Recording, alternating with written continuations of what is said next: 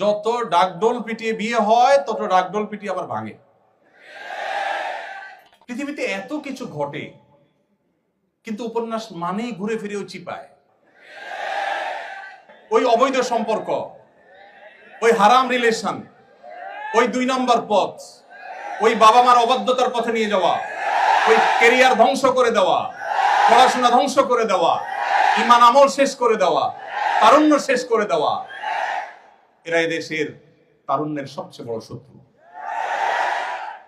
এদেশে যত আত্মহত্যা করেছে তরুণেরা অপরিণত বয়সে প্রেম নামক এই অবৈধ রিলেশন করতে গিয়ে, যত বাবা মায়ের বুক খালি হয়েছে, যত বাবা মায়ের সাথে সন্তানের সম্পর্ক নষ্ট হয়েছে, যত সন্তান ঘরছাড়া হয়েছে, যত তরুণের পড়াশোনা ধ্বংস হয়েছে, যত তরুণের ক্যারিয়ার নষ্ট হয়েছে, যত মানুষের চাকরি জীবন ধ্বংস হয়েছে, যত সংসার ভেঙেছে, যত বাচ্চারা মা বাবার স্নেহহারা হয়েছে, এই সবগুলোর জন্য তথাকথিত বিবাহ বহির্ভূত অবৈধ ভালোবাসার প্রমোটাররা আসামি।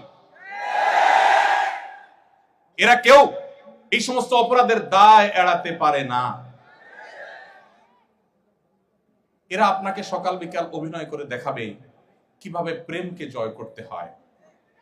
মা বাবার অবাধ্য হয়েও নিজের অবৈধ কাজের সঙ্গীর হাত ধরে চলে যেতে হবে, সমাজকে বৃদ্ধাঙ্গুলি দেখিয়ে, মা বাবাকে বৃদ্ধাঙ্গুলি দেখিয়ে এটাকে পজিটিভলি তারা তুলে ধরবে। হ্যাঁ, অবশেষে নাটকে, সিনেমায়, নোবেলে প্রেমের জয় হয়েছে, মা বাবা হাসছে, সবাই পাশে মাইনে নিছে। এসব যারা সারাদিন দেখায় আপনাদেরকে, মানে প্রেমের যারা প্রশিক্ষক, আপনাদের এই 2 নম্বর কাজে যারা প্রশিক্ষক, এই প্রশিক্ষক বেচারাদের দুরবস্থা হলো, দেখবেন তাদের এক একজনের জীবনে 5টা, 7টা, 9টা, 10টা বিয়ে হয়েছে। যত আওয়াজ করে বিয়ে হয় তত আওয়াজ করে ভাঙে। এরা নিজেরাই তো ব্যর্থ। এরা আপনাদেরকে কি প্রেম শিখাবে? প্রেম শিখবেন মসজিদের ইমাম সাহেবের কাছে, প্রেম শিখবেন মাদ্রাসার হুজুরের কাছে। বউ ছাড়া বেচারা কিচ্ছু বুঝে না। নিজের ভালোবাসা সব উজাড় করে দিয়েছে তার বৈধ সঙ্গীর জন্য। আকাম কুকাম করে অজায়গায় কোজায়গায় ভালোবাসা মিলায় না। পশ্চিমাদের মোরালিটি শেষ হয়ে গেছে। আমি একটা কথা জোরালো ভাবে বলি, জ্ঞানে বিজ্ঞানে, তথ্য প্রযুক্তিতে, অবকাঠামোতে, অন্য অনেক বিষয়ে পশ্চিমারা যদি আমাদের চাইতে 200 বছর এগিয়ে থাকে, পরিবার ব্যবস্থাপনায় আমরা তাদের চাইতে 500 বছর এগিয়ে আছি। আপনারা তাদের কাছ থেকে জ্ঞান বিজ্ঞান নেন, আমার আপত্তি নেই। আপনারা তাদের কাছ থেকে অন্যান্য ভালো দিকগুলো নেন, আমার আপত্তি নেই। কিন্তু তাদের বস্তা পচা সস্তা বিবাহ বহির্ভূত রিলেশনের এই বিষ বাষ্প যদি আপনার সমাজে আমদানি করেন, তো মনে রাখবেন, আজ জাপান, কোরিয়া, ইটালি, যে দেশগুলোর নাম বলছি, এর বাইরে উন্নত অনেকগুলো দেশের কথা আমি নিজে জানি। নিজ চোখে তাদের সেই দুঃসহ চিত্র দেখার দুর্ভাগ্য আমার হয়েছে। আপনি গুগল করলে, আপনি একটু অনলাইনে সার্চ করলে দেখতে পাবেন তাদের মধ্যে জেনারেশনের যে গ্যাপ তৈরি হয়েছে। তাদের মানুষ জন্মের হার কমতে কমতে এমন পর্যায়ে চলে গেছে যে রীতিমতো প্রণোদনা দেওয়া হয়। আপনারা সবাই জানেন, ওপেন সিক্রেট, সারা বিশ্বে উন্নত দেশগুলোতে বিয়ে করেছেন, একটা সন্তান হয়েছে, সরকার এত টাকা ভাতা দিবে, 2টা হয়েছে আরো বেশি, 3টা হয়েছে আরো বেশি। যারা একসময় জন্ম নিয়ন্ত্রণ করার জন্য সকাল বিকাল আমাদেরকে সবক শিখাইতো, তারা এখন জন্মের হার বাড়াবার জন্য টাকা পয়সা দিয়েও বাড়াতে পারছে না। আমার দেশের ভার্সিটির স্টুডেন্টরা, মেধাবী ছেলেরা এমবাসি গুলোতে দাঁড়ালেই পটাপট ভিসা দিয়ে দিচ্ছে। হোয়ারেজ আপনার আমার মতো অনেক মানুষ দাঁড়ালে ভিসা দিচ্ছে না, রিজেক্ট করে দিচ্ছে। কেন ভিসা দিচ্ছে? কারণ ওদের তো মানুষ নাই, ওদের মানুষ দরকার, দেশ চালানোর জন্য মানুষ নাই। তাদের বিবাহ বহির্ভূত সম্পর্ক, হারাম রিলেশন, আল্লাহর যে সিস্টেম সেটাকে পরিবর্তন করার প্রবণতা এবং টেন্ডেন্সি তাদেরকে এমন একটা জায়গায় নিয়ে দাঁড় করিয়ে দিয়েছে যে তাদের দেশে এখন মানুষ নাই। মানুষের জন্মের হার কমতে কমতে এমন পর্যায়ে চলে গেছে, একটা দেশ চালাবার জন্য যে মানুষগুলো দরকার সেগুলো পর্যন্ত বাহির থেকে হায়ার করে আনতে হয়। তারা রিফিউজিদেরকে ওয়েলকাম করে। সেটা যতটা না মানবিক কারণে, তার চাইতে বেশি হলো তাদের দেশে যে জনবলের সংকট আছে সেটিকে সমাধান করবার জন্য। মুসলমানের সন্তান সেই সংস্কৃতি যদি আপনি আপনার দেশে আমদানি করেন, আপনার জীবনে আমদানি করেন, আপনার সমাজ শেষ হয়ে যাবে, পরিবার ধ্বংস হয়ে যাবে। ডক্টর খন্দকার আব্দুল্লাহ জাহাঙ্গীর রহমাল্লাহ একটি চমৎকার কথা আছে। স্যার বলতেন, ইসলামী দণ্ডবিধিতে সবচেয়ে করুণ, সবচেয়ে কঠিন শাস্তির কথা বলা হয়েছে কোন বিবাহিত দম্পতি তারা যদি পরস্পরের মধ্যে হারাম রিলেশনের মধ্যে জড়িয়ে যায়, জেনা করে, সবচেয়ে কঠিন এবং নির্মম শাস্তির কথা বলা হয়েছে। But why? কেন এই নির্মম শাস্তির কথা বলা হয়েছে? দুজন মানুষ, তারা দুইজনে সম্মত হয়ে একটা অপরাধে লিপ্ত হয়েছে, আল্লাহ তাদের শাস্তি দিবেন, ভালো কথা। দুনিয়াতে এত নির্মম শাস্তি কেন? তারা তো কারো কোনো ক্ষতি করে নাই, সমাজের কোনো ক্ষতি করে নাই।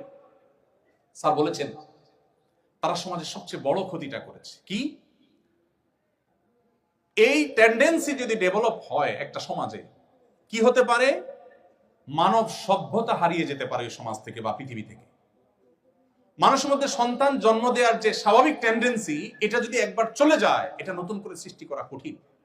পশ্চিমাদের চাইতে কেউ এই সকরুণ পরিস্থিতি ভালো করে উপলব্ধি করতে পারছে না আজ। যারা উন্নত দেশগুলোতে গিয়েছেন, সেখানে পড়াশোনা করেছেন, স্যাররা অনেকে গিয়েছেন নিশ্চয়ই, তারা ভালো করে বলতে পারবে। এই জন্য মুসলিম তরুণ ভাই আমার, আল্লাহর ওয়াস্তে এই অবৈধ সম্পর্ক করে নিজেকে ইউ মনে করেন না। যারা এই অবৈধ সম্পর্কে লিপ্ত হন, আপনি সবচেয়ে সেকেলে, আপনি সবচাইতে আনস্মার্ট, সবচেয়ে স্মার্ট, সবচেয়ে বুদ্ধিমান তরুণ সে, বুদ্ধিমান তরুণী সে, যার তার সমস্ত আবেগ অনুভূতি গুলোকে বৈধ রিলেশনের জন্য জমিয়ে রাখে, অপেক্ষা করে। এত ভালোবাসাবাসী আপনাদের, এরপরে ঘরে ঘরে কেন বিবাহ বিচ্ছেদ এত বাড়ছে? আপনি পত্রিকার পাতা খোলেন, যেই হারে বিবাহ নিবন্ধন হয়, ওই হারে বরং কোনো কোনো ক্ষেত্রে তার চেয়ে বেশি তালাকের নিবন্ধন হচ্ছে, ডিভোর্সের নিবন্ধন হচ্ছে। কেন রে ভাই? আমি এই কথাটা বিভিন্ন জায়গায় বলার চেষ্টা করি। আপনাদের যুগে বা আমাদের যুগে এখন ভালোবাসা বিনিময়ের যত রাস্তা আছে, ফেসবুকে লিখে পাঠাতে পারছেন কি আই লাভ ইউ স্ত্রীকে, আমি বৈধ ক্ষেত্রে বলছি, আবার উনিও আপনাকে বলছেন টু।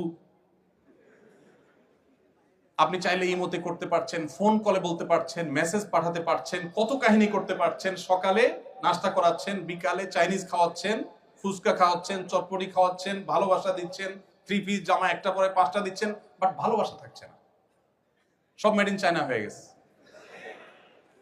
আর আগের যারা ছিলেন আমাদের মুরব্বীরা, এখানে 2-1 মুরব্বী দেখা যাচ্ছে, এই মুরব্বীদের ভালোবাসাগুলো এক একটা সব মেড ইন জাপান।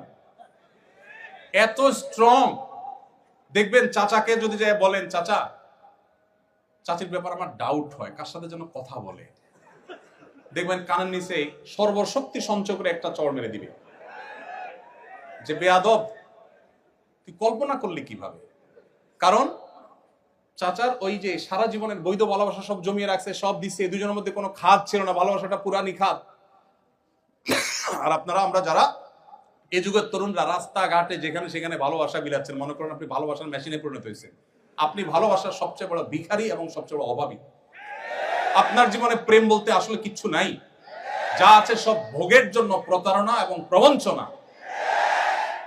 আল্লাহর নবীর আনিত এই দ্বীন এবং শরিয়াকে যদি মেইনটেইন করেন আপনার ব্যক্তিগত জীবনে, আপনার চরিত্র যদি হেফাজত করেন, নবী সাল্লাল্লাহু আলাইহি ওয়াসাল্লাম বলেছেন, মাইয়াহফাজনি মা বাইনা লিহিয়াইহি ওয়া মা বাইনা রিজলাইহি আদমাল্লাহুল জান্নাহ। যে মানুষ, যে যুবক, যে তরুণ, যে মুসলমান নিজের 2 চোয়ালের মধ্যবর্তী অঙ্গ অর্থাৎ তার মুখকে এবং তার 2 পায়ের মধ্যবর্তী অঙ্গ অর্থাৎ তার সম্ভ্রমকে রক্ষা করতে পারবে, এগুলো সে হারাম পথে ব্যবহার করবে না, এই দায়িত্ব এবং গ্যারান্টি যে যুবক যুবতী, যে মানুষ নিবে, নবী সাল্লাল্লাহু আলাইহি ওয়াসাল্লাম বলেছেন, কিয়ামতের দিন আল্লাহর কাছ থেকে জান্নাত পাইয়ে দেওয়ার দায়িত্ব আমি নিলাম। চ্যালেঞ্জ গ্রহণ করা যাবে ইনশাআল্লাহ। আল্লাহ আমাদেরকে তৌফিক দান করুন। পশ্চিমাদের ভালো জিনিসগুলো নিবেন, এই সমস্ত ফালতু জিনিস নিবেন না। আল্লাহ আপনাদের আমাদের সবাইকে হেফাজত রাখার তৌফিক দান করুন।